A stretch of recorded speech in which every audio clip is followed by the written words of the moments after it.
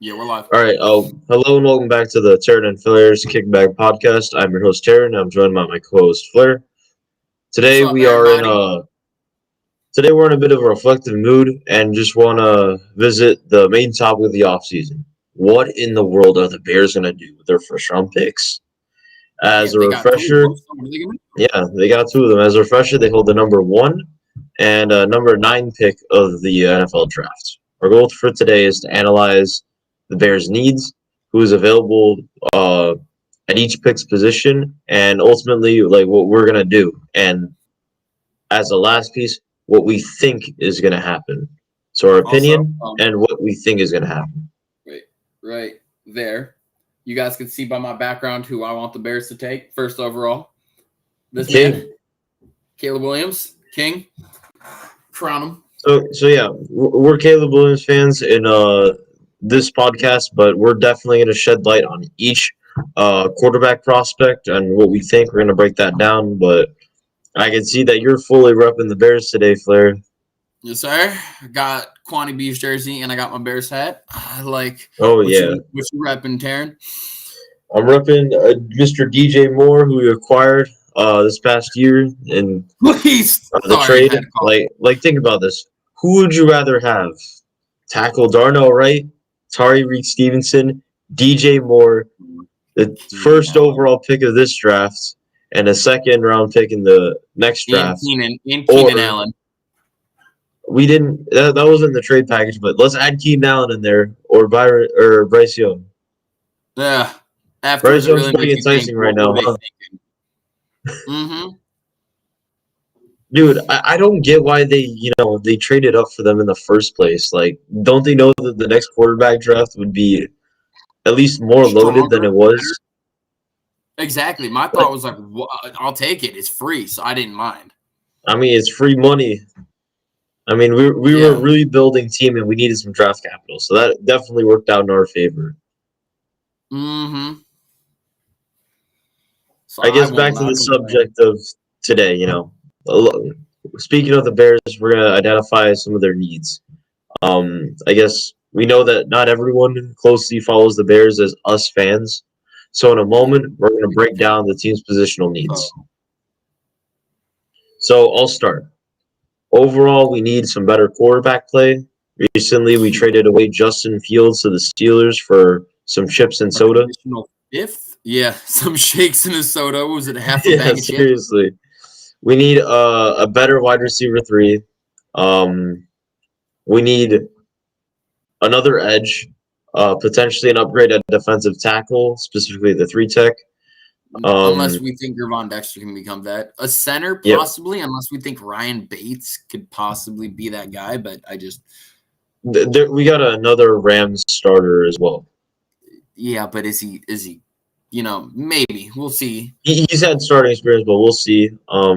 That's more of like a depth Anything thing better we than need. Lucas Patrick, Cody Whitehair mix? I think some tackle depth would be nice, and I think we're good. We addressed running back, tight end two, Yeah, Terrell Everett was center to actually some such an degree in the offseason, free safety and offensive guard depth. Gerald Everett was actually such an underrated signing. It's kind of insane. Oh yeah, I mean he did a lot of great work once Mike Williams went down and got a big share of the targets after that. Exactly. So I guess let's look back to the Justin versus Caleb debate that was going on in our fan base for a while. So like, why upgrade? I think you can agree with me that maybe Justin's a top 20 QB. He's a starter, I'll give it to you. I'll give it to you. He's a starter somewhere in the league. but I think just inherently our nature is we want better, right? You don't want to strive for mediocrity Yeah. because then you just become like the Saints. Yeah. And we'll get to that better quarterback play in the number one pick discussion, but let's bring up this interesting note. Did you know that Chase Claypool was the only receiver that caught a touchdown pass outside of tight end from Justin Fields? It was literally him and DJ Moore. That was it. That's got to be concerning. Like I know a lot of people love Justin and they were like, "Oh my god, and Hmm. he's amazing." But We did like, too. We did too. I mean, I he's loved him. But a like, man of the people. if you think about it, a quarterback who's only throwing to one receiver in the end zone. Oh, but he throws to Cole Kmet, or he'll throw the check down to Khalil Herbert. But yeah, but he's mainly just throwing to DJ Moore is an issue. Yeah. Like, you got to spread the wealth. Yeah, I mean, this happened in week 2. Week 2. Chase Claypool was So, gone the next week or next 2 weeks after. So all he threw to was DJ Moore. Mooney, Tyler Scott, Velus Jones. Mooney took a step back, but he also got, less targets. I think I'm under the Yeah, belief Mooney got less Justin is targets, a and I know one-read QB. I feel like Mooney, do you know he was actually, as a free agent, he was the second best free agent at getting open Oh, yeah. as a I wide didn't know receiver. that. Like I forgot the exact stat, but of free agent wide receivers who got open, he got open on 50% of man coverage plays as a free agent receiver. So it's like Mike Evans, whoever else was a free agent this past year or this year. Shit, that no he wonder was. he got paid. Because he'd consistently get open. So you could, oh, he didn't catch that one ball versus the Browns. It's a Hail Mary. I always say if you got to rely on a Hail Mary to win a game, did you actually win that game? Like, did you deserve to win it? Probably I mean, not. in the grand scheme of things, we heated up at the ending or the end of the half, but I think it's good to keep in perspective that little things occur over the course of the game to influence the outcome. One play doesn't make a game.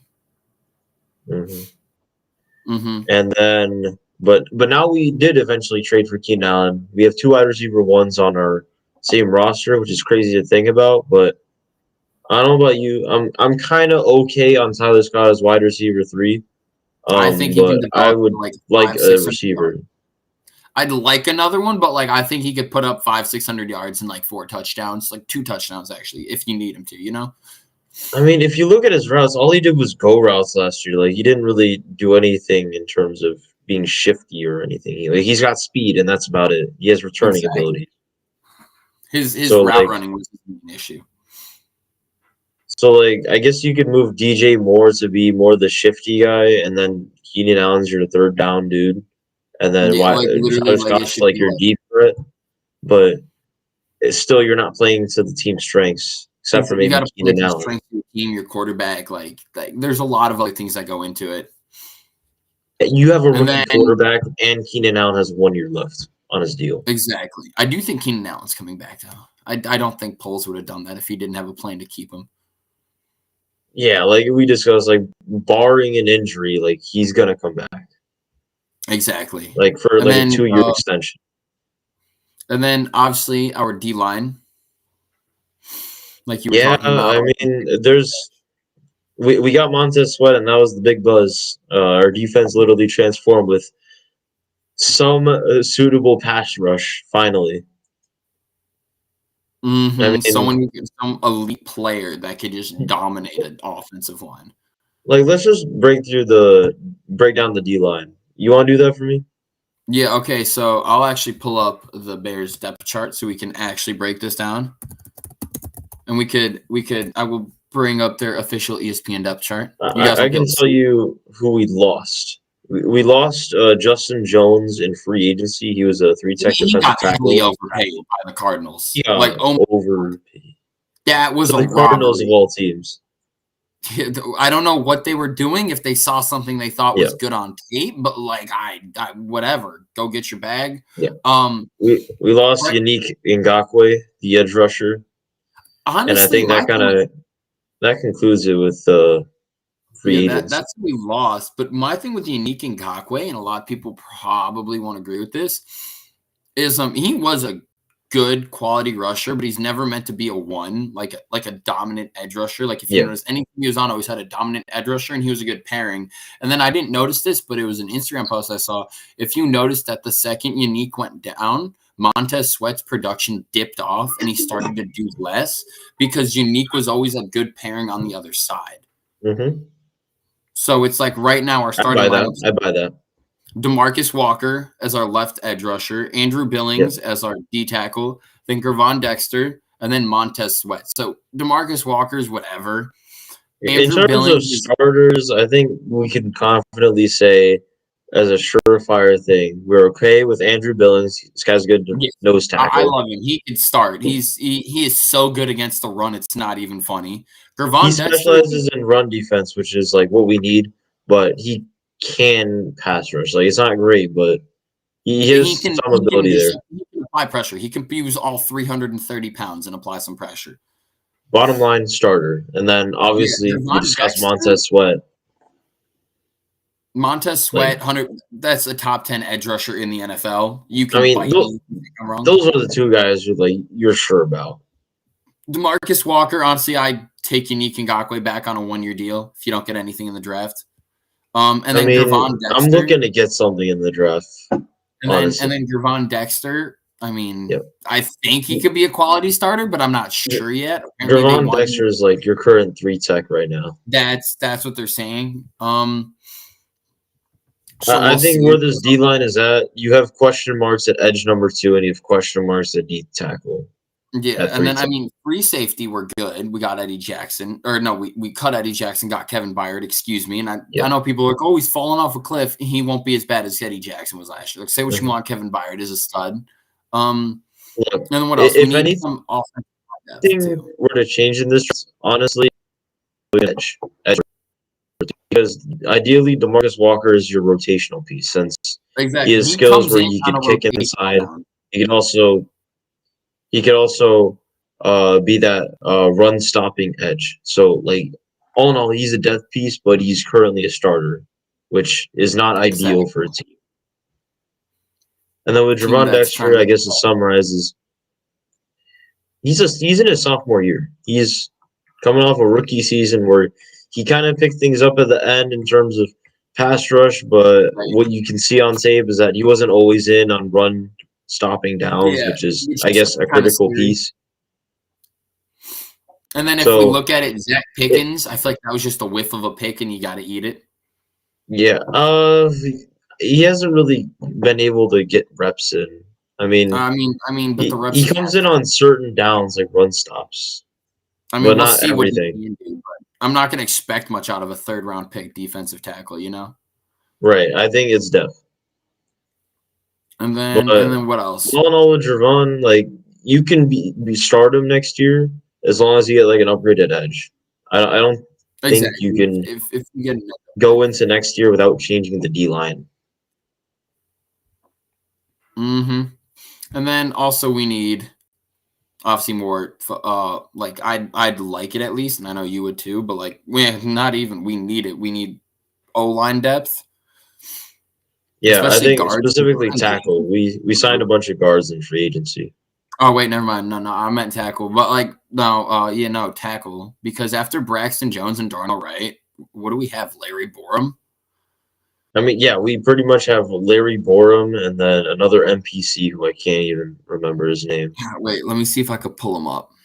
Because we cut Alex Leatherwood, that first round bust from the Exactly. Raiders. Larry Borum and Jake Curhan. I don't know who that is.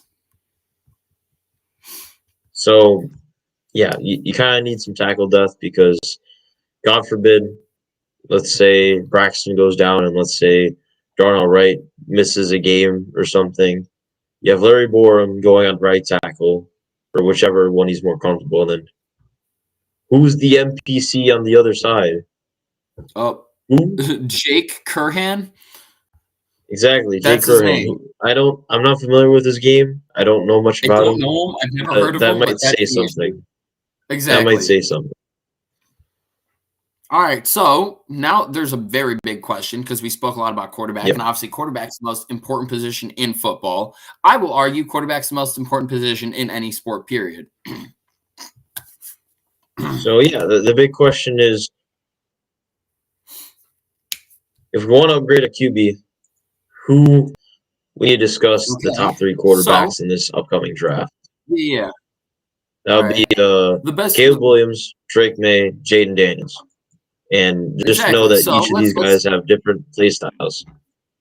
Yeah. So, well, the top 3 quarterbacks all before the combine are Caleb Williams, Drake May, and Jaden Daniels. Each of them obviously, like you just said, have different play styles. And even after the combine, those are still same three. I think Caleb Williams is just in a tier of his own, and then it's like them. I just don't think they can all be compared. But let's just talk about like Caleb Williams' play style. He's a very good quick game passer who's got a mobility to extend plays, and he's got a cannon that he can just chuck it when needed. He's compared to, like, I'm not going to compare him to, but he's compared to Mahomes a lot in the sense that he's really good at just extending a play and buying himself time. Yeah, I think I'd say it's like one of his pros. let's kind of discuss the notion of Mahomes like what even is that? It just feels like any person who can extend play now has Mahomes like talent, but Mahomey features that looked a I little think Mahomey. exactly. I think we just need to establish that Caleb has amazing pocket presence. He can sense where pressure is, and like that's how he knows when to go out of the pocket and extend plays. And I Exactly. think And he can that also level is uncanny. it's better than anyone else on the team, and he like doesn't react to it's better than any other quarterback in this draft, and he doesn't react to pressure like the same way like Drake May does, but like he can carry the team on his back when he needs to. Like you just said, he can feel the pressure. He can feel He pocket had to. pressure. He had to. Yeah, because he had the worst O-line in college football, and he can On get the top ball of out one of when the he worst needs to. defenses. I think Yes, that's people why he always forget needed to that put the team on his back. you could pick at the record of USC and you're like, oh well, I guess it looks like Caleb Williams had a down year and the team overall did bad. It must have been Caleb's fault. Most people don't know that they had one of the worst defenses in college football, averaging No, 30 points a game. Imagine the exactly. NFL When is more Michigan closer to wasn't Michigan, 18 to 20. and wasn't Michigan's defense like keeping teams to like 12 points a game on average? Yeah, there are some insane teams out there, and yes, they were in the Pac-12, but you lost Jordan Addison as one of your best receivers, on top of needing to play hero ball all the time, which is one Exactly. of his cons. And then okay, let's talk about some of his cons, which is obviously he played in the Pac-12 rather than like the SEC or the Big Ten. He does play Yeah. hero ball a lot, like we just said. So sometimes he thinks he needs to put the team on his back, which in Hmm. the NFL, when I'm saying hopefully when he comes to the Bears, he will know he won't need to because he has a defense that can stop an offense. So Yep. he won't just chuck it every time and just hope. So he plays hero ball Hmm. way too much, I feel like. He needs to work on conducting plays on the platform or in structure because he likes to play out of structure a lot. He likes to just Yep. evacuate the pocket almost immediately. He doesn't like to just sit there sometimes. And he'll pass up Yeah. easy Sometimes he yardage. does that preemptively, but Exactly. Or he'll pass up an easy most of the scramble time, yard. it's a nitpick. Most of the time, he just feels the pocket and then just goes out. Yeah, which is normal, but like sometimes he does it way too quick. But sometimes he also doesn't like to scramble really. Like he will only do it if he's forced to. But like Yep. sometimes he'd rather just try to huck up a ball and hope it gets completed, other than just running for 5 yards to get a first down. Hmm. But yeah, that's basically Caleb's pros and cons. So let's go up to the next quarterback who everyone loves and I just don't, and I don't see anything special. Drake May. He's obviously a strong pocket passer. He's very large, I believe, like 6'2", if I'm not Yeah, wrong. 6'4" sounds right, actually. 6'4", right? Let me hold up. Drake May. He is 6'4", 229. So obviously great size for a quarterback. He has great arm talent. I mean, this kid could throw just from about any angle. I've seen him throw with his left hand, which was kind of nuts. He can Yeah, obviously he is get the ball out fearless in quick and throwing in the get middle. into like any tight window. He is And then he's absolutely very fearless throwing it in the middle. Like that's an important quarterback skill for the NFL, but with him specifically, he'll just throw it even though there's like a double team or like triple team. Like he has no maybe it fear, might which be is a kind of boneheaded decision, but it's a valuable skill to have. exactly. So, but okay. He struggled against top 25 teams, and he takes to make bad plays worse when he's trying to Yep. save a bad play. Like he'll run into a sack or he'll Yep. throw a stupid interception because the defense pressures him too much. Like he's not good under pressure whatsoever. He folds Hmm. instantly if his O-line isn't holding up, and he's not really good at reading a defense. if the defense will switch post snap. Like, let's say defense is in a cover 3, but then they realize that what the play is, and then the linebacker calls it, or they call an audible, and now they go into a cover 2 man. He's not really good at figuring out who's going to be open where and throwing someone open. Yeah, I could add on to another piece. As we discussed earlier with Caleb Williams getting the pocket earlier, that's more of a nitpick, but with Drake May, sorry, is what I meant to say. He has an issue where there could be a fully clean pocket, and he'll just ditch the pocket entirely to make a play or just roll out because he felt like it. Exactly. And when we're talking about making bad plays worse, there are times where you should just throw the ball out, just like throw it away. He'll Exactly. try Get and rid of it. be in a Don't take a sack or like get hit, throw the ball at like an awkward angle, and then And then it somehow leads to a wild completion or a wild interception. Exactly. But in reality, what you should do in that situation is just get rid of the ball. Get it out, get rid of it, throw it out so there's no sack, and then you just, okay, sure, it was 1st and 10, now it's 2nd and 10, like, who cares? Yeah, he actually has some decent running ability though. Like, I forget which game it was. Maybe Clemson sounds right, where he rushed like 10 yards on average. Like, it's underrated, but it's there. That's not his like main feature, but he can be mobile. Now, the third quarterback, who I think is a little overhyped. I know, like, Caleb obviously is a little overhyped, but I think this dude's blown way out of proportion, is Jaden Daniels. The Heisman Trophy. Yeah, the Heisman Trophy. Like, don't get me wrong. Okay, when he's throwing the ball, he's got a perfect throwing mechanic. Like, everything from his first step to the way he twists his body to the way the ball just comes out, it's perfect. It's beautiful, right?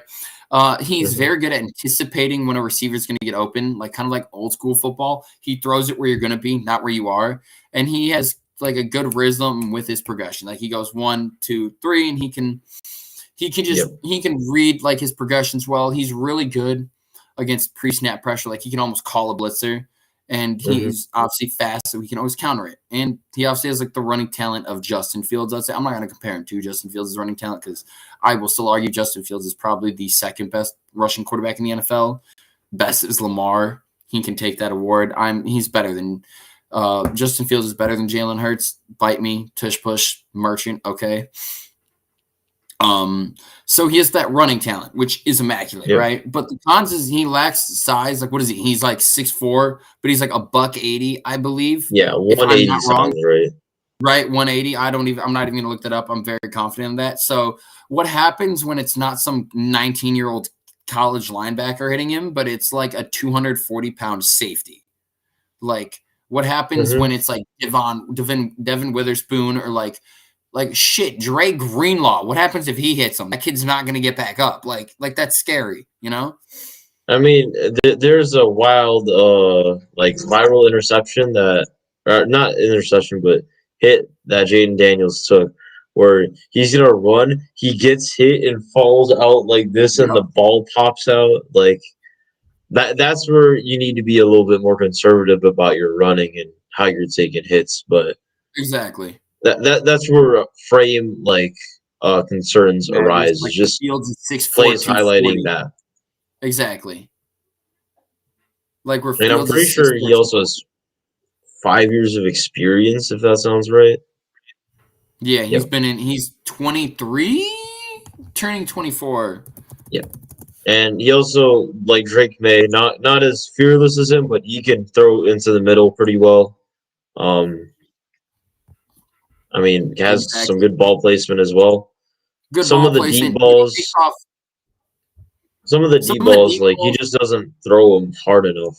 Sometimes on fades, he leaves them short.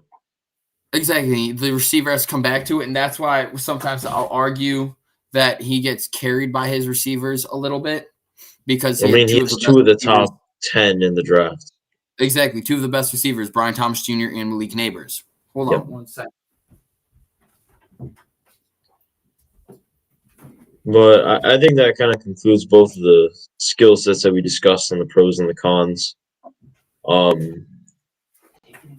Soon we'll discuss our personal opinions on the quarterback skill sets and strengths. Who we would take personally. I think we both alluded to that, it's going to be Caleb Williams, which we'll get to Exactly. shortly. It's But guaranteed Caleb before we move Williams. on, did we miss anything? No, let's see. From our notes, takes off too early. Not the best arm talent. He can't really chuck it as deep as the other guys. Yep. Below average placement on throws. Cannot throw hard enough. Yep. Carried by his receiver.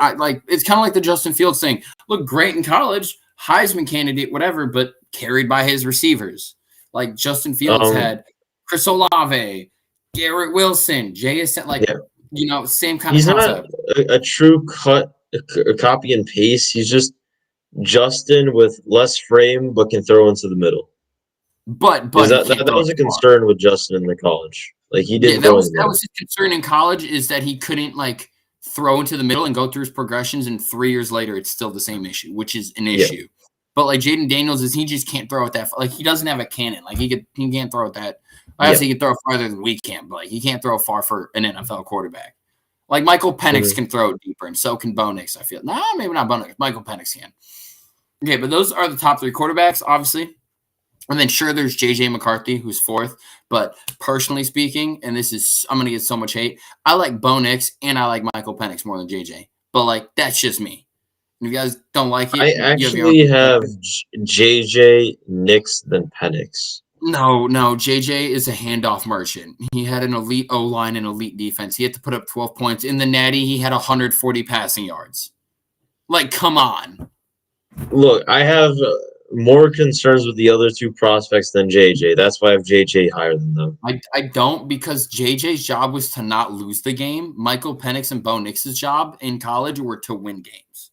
Look, there's a huge red flag with me with Penix. It's how he handles blitzes.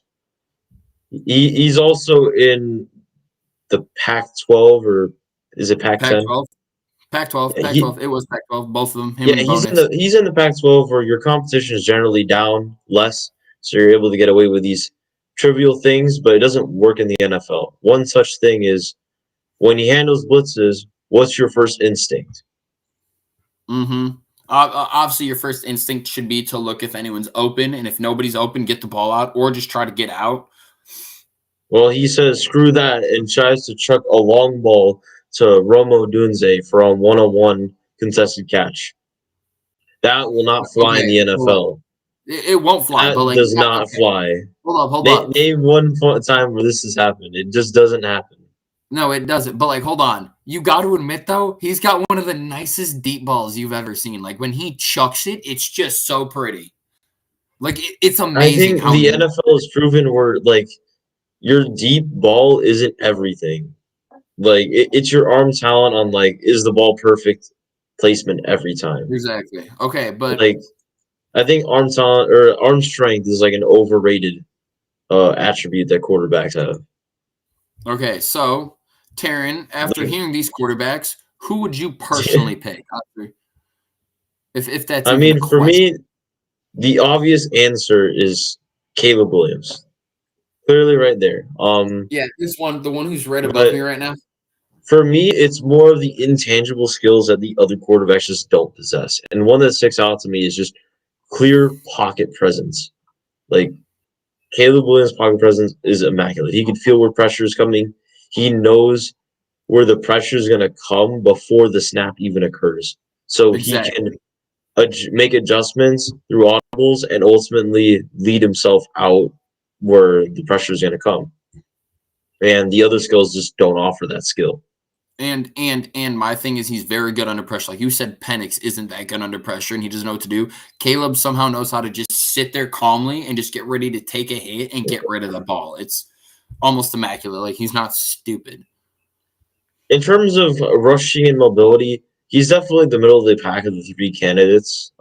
He's not slow, but he's obviously not the fastest. But he's definitely not going to be the guy who takes off every time like Jaden Daniels. But he's smart with his body. He knows he's just 6 foot, maybe 6'1". So he's I believe 6 foot. Look, he's not going to take a dirty hit or a bad hit if he doesn't need to. He'll just go out of bounds. Yeah, he's 6 foot 215.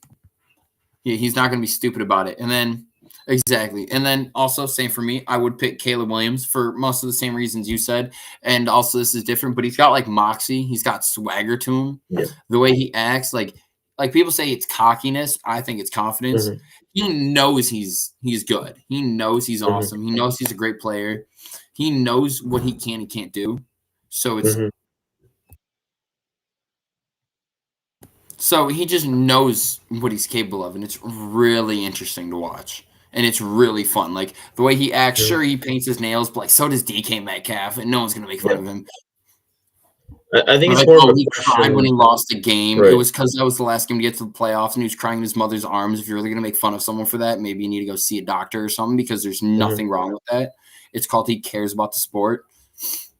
Look, it's more of a question on why not the other candidates than why Caleb, because Caleb has already won the Heisman, so that's not He's even a proved everything comparison you with need. Jaden Daniels. So, like, back to the Jaden Daniels, like, he's the second overall quarterback in the draft, at least on my board. I'll give it to him. But I'll I'll take get it. to a contrarian opinion later. But between him and Daniels, it's an idealistic or like ideological like thing that the Bears won't do. You traded away a rushing mobile quarterback, and you're gonna draft another rushing mobile quarterback. Like, how much of a boneheaded decision is that for the Bears? You're literally drafting the same quarterback. Just Look, you're drafting like basically the same attributes, plus he can throw in the middle, and it's a rookie contract. Like exactly. So you're cheaper and that saving really money. doesn't make sense when Justin's already loved. Like, if you're gonna make that decision, just roll with Justin. Exactly. And then as for Drake May, he's my QB2 for the Bears. So that's what I mean contrarian. Like, from the Bears' perspective, he should be their QB2 But, because but hold on, I'm sorry to cut you off. It's a quarterback out of UNC who's white, who's number 10. We've seen this before. I know His there's name is Mitch Mitch Trubisky, Trubisky and I won't flashbacks. do it again. I know I he's know there's I Mitch know May is Trubisky miles flashbacks, better but of a prospect, but I just won't do it again. You know? he's better for the Bears than Daniels, like hands down. Oh, He 100% is better. But like at that point, I'll take Penix just because I don't want look, to see he's May. still look at the bottom line. He's a pocket passer, which flows well with um the scheme that the Bears are gonna have, and that's why I chose Caleb Williams because he's an ideal fit for the scheme. Quick short passes, and you could switch it up with play action. And Drake Exactly. May can do that, but just not as good, and he has questionable decision making. So Yeah. like that's kind of my thing is the questionable decision making that he has. Exactly. And I know we already talked about it. So, but like the other quarterbacks off the board. Here's another point I want to make about JJ real quick. His How did combine was JJ get fucking like top 5? How? he's fucking garbage. Like No. That's like a second round quarterback. Like, I'm sorry. If he goes anywhere near the top 15, I'm gonna whoever that GM is should just get yeah. fired personally. I mean, he's like kind of he's like the Kenny Pickett level of last year. Like in like the 20s, I think he could get drafted there. But I just if don't you're gonna see it. inflate him to the top 10, like just get out of here. Because he Like won the natty, like he game managed. I could have won the national championship with that defense. look, a lot of people like have a bad perception, like us fans, but apparently NFL execs are in love with him. Why? Like Like, I'm gonna if be you look at honest, the if numbers, Ryan Poles he threw on average 22 times a game. that's How does that nothing. compare to the other prospects? Jane Daniels was like 27 to 29. Caleb Caleb Williams was like was like in 30 the to upper or Caleb was the mid probably like 30s. up mid 30s because upper 30s even because of the fact that his team was down. Michael Penix, that dude was 45. chucking it 40. Yeah. Bo Nix, mostly screens, but still, he was throwing the ball. Yeah, I mean, like he's like a fancy Jimmy Garoppolo. Like that's the best way to compare it. Yeah. Everything about him is good, but not great. Kind of a jack of all trades, nothing Master of none. excelling JJ in McCarthy is something. literally a younger Jimmy G who's blonde. Or Kirk Cousins. He's Yeah, young but Kirk like, and Cousins. How if about you that? watched the combine, which I did, it was oh my god, it was Yeah. horrible. Like, sure, you might have seen from videos on NFL where it looks Yeah. pretty. Oh, they showed you one That's play, only bro. their good things. Like, there's a lot of viral videos where it's just flat out horrible, and there's multiple occurrences, not just one. And in the Exactly. championship game, let's get back to it. What He did he throw barely 14 threw, but when times? he did, it wasn't impressive. Yeah, when he did, it was like checkdowns and screens. Like he shouldn't even say he won that game because he didn't. And then Penix, I mean, we kind of discussed it. You really like his traits. I think they're more of a drawback. Um, I love his he traits. was Him and also Bo Nix. apparently rumored to not have a high football IQ, according to some execs. Okay, but people said the same thing about C.J. Stroud, and look at him. Yeah, there's that, but he's also the exception, not the rule. Like he's an True. exception. He's True. an True. outlier. That's a good point. I don't know, dude. I watched Penix play because I watched a lot of Washington games, and I really just there was something about how he would throw and how he'd just act. Like, yeah, sure, he's torn the ACL in his Yeah, right knee twice, but like, yeah. He also has some injury concerns too. and then Bo Nix, what was it? He I Oregon also has a wanted to very add simple on offense. Penix. There was another thing that stood out to me. He misses a short throw sometimes, so as a result, when something breaks down, he has a reliance on the long throws. So they're Oh, impressive, but when something happens, he just resorts to the you long can't, throw, and yeah, that just you doesn't can't get work. a check down like a 10-yard, like how Fields almost like misses the layups. Yeah, I guess it could be somewhat of that. And then But let's move obviously to Bo Bo Nix. Nix. His senior bowl day wasn't that well, and then the simple offense at Oregon, like it's mostly screens. Like remember when Justin Herbert came out in 2020, Yeah, the offense in Oregon was simple, so a lot of people were confused why you'd pick Herbert. But like that's just, and then you see what Herbert can do, and it's like, oh my God, Oregon had this potential. But it's not comparing Bo Nix to Herbert. Herbert's like yeah, way up here. Herbert's one of the best quarterbacks in the league, just based off of yeah. talent. He's just been in the Chargers, and the Chargers are the Chargers. hmm I think there's just a conceptual thing that like a lot of people need to understand that Oregon has a simple offense and they don't do a great job of developing quarterbacks, highlighted by Justin Herbert. Like he has a lot of skills and traits that you like, but they didn't really develop them that much because of how non-complex their offense is. I think Exactly. 80 to like 60 to 80% of like the passes are about like from behind the 5 yard marker. That kind of Yep. sums up. But Now, honestly, for Bobanix, I think it'd be a great fit for Seattle if they pick him in a later round. dude, I think maybe the Broncos should take him. I feel like he'd excel with Sean Payton. Not obviously at like pick 12 or whatever they got, but like Yeah. later rounds, like round 2, if he's there, if you hmm trade up to the top of the second and just say screw it, I'll take him. Like it's not a bad Yeah. pick. I Okay, so honestly think that these quarterbacks shouldn't be in the first round. Like this drafting situation, you I know, think there should be 3 first-round quarterbacks. yeah, 3. in this drafting situation, there's so many QB needy teams this offseason, but also the how heavy offensive draft this is. I don't see how these guys are in the first round. Exactly. Okay, and then okay, so now our next segment I'd like to touch up on is what should the Bears do at 9? Should they go offense or defense? This is definitely a very big discussion point for a lot of us fans because there are some who want some defensive help, and I would love some defensive help as well. And there are also a good number of people who are on the belief that we're going to draft our quarterback and we should do everything we can to help the quarterback succeed. Exactly. And unfortunately, I'm on the player who's best available in a trade down scenario. That's where Okay. I stand. So let's assume there's no trade down. Let's speak of who would most likely be available at 9 on offense Yeah, first. If there's no trade down, you got Roma yeah, Dunze, specifically at 9. Joe Alt, Olu Fashanu, offensive tackles. Joe Alt's out of Notre Dame. He's a generational left tackle. We got He might Talis not actually Laga. be there now. He might actually go in the top 7. Yeah, I've heard that. Honestly, I don't want an offensive tackle. There's J.C. Latham, then Brock Bowers, the tight end out of Georgia. But I Yep. feel like Brock Bowers can be crossed out because we just got Gerald Everett. Unless Brock Bowers wants to play receiver. Yeah. If he wants to play receiver, he is more than welcome to come on the bench. I He's just more don't than want welcome. like it just doesn't make sense. I feel like our best bet at 9 would be Romo Dunze on offense. If you're going hmm offense, it should be for Romo Dunze.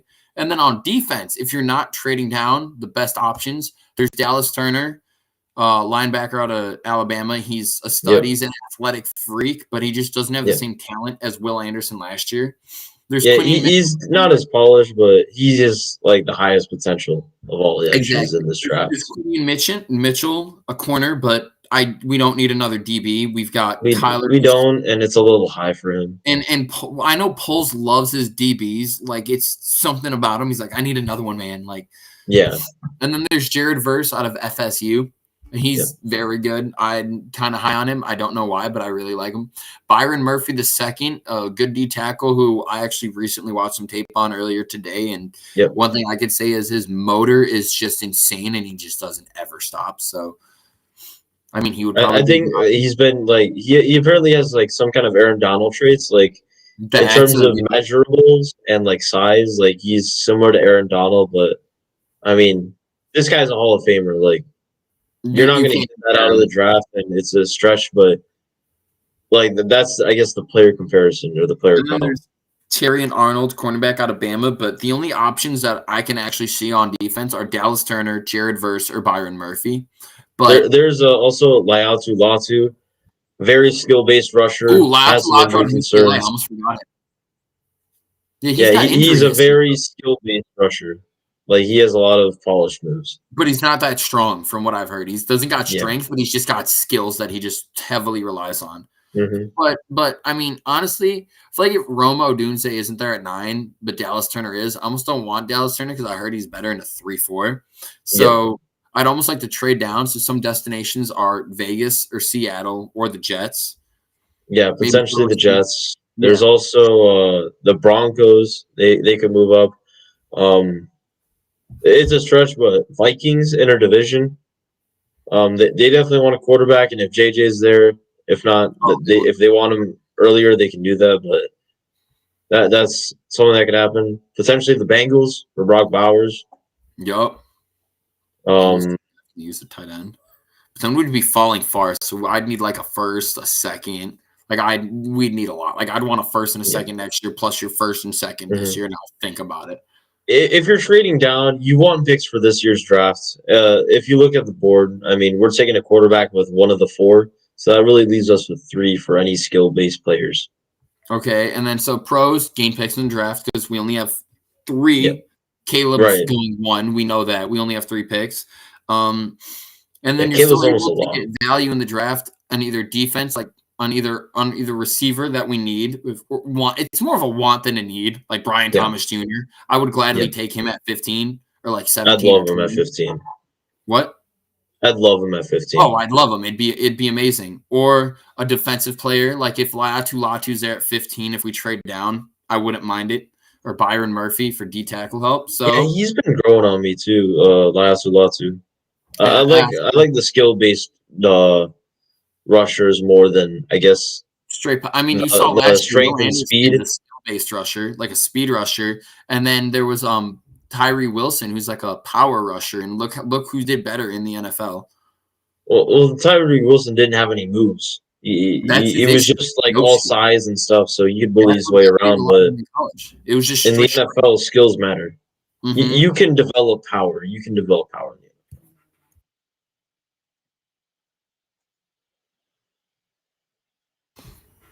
But I guess the cons, like you miss out on like the top 3 tackles, the top 3 receivers in the draft, and then your choice of defensive player. Atlanta might choose a defensive player, so you might get the second best, and you can miss out on that. That's your opportunity cost. Yeah. So what would you prefer if it were you for number 9? What's your personal opinion on number 9? I've had this set in my mind for a while. It's just, trading down, getting some more picks because you have 3 picks in the draft. I know it's top heavy, but if you're able to get a third, that'd be great. If you're getting a second, somehow excellent in this draft, because I think there's a lot of players who can fall due to just how offensive heavy this draft is, and there could be some defensive players you can grab. While still getting a good player at 15 or something. Exactly. And then my personal opinion is it depends. If Romo Odunze is there at 9, I think you take him because while I wouldn't mind a trade down to 15 or like 20, I do think there's a difference between Brian Thomas Jr. and Romo Odunze. So personally, I'd want to stay at 9 if Romo Odunze is on the board. But if he's gone, then trade down to like 15. Oh, I mean, even 20, like 25, I wouldn't mind. Because I know, but because the receiver out of Texas, A.D. Mitchell. Oh, Donnie Mitchell, yeah. Adonai Mitchell, and I think he's a stud. And if we're just asking him to put up 600 yards in like 2 touchdowns, I think he can do that with ease. So that would be me. Like at that point, I just trade as far back as many picks as I can and just take 80 Mitchell. I think what we looked over is trading up. Is do you think that there could be an option where we trade up? I just don't think Poles wants to give up any picks. I mean, we are loaded in next year's draft. So in terms of capital next year, it's there, but the question you need to ask is it really worth it for who you're getting? And if you're getting anyone, it's probably going to be Marvin Harrison. Yeah, if you're trading up, you're calling Arizona and being like, what do you want for number 4?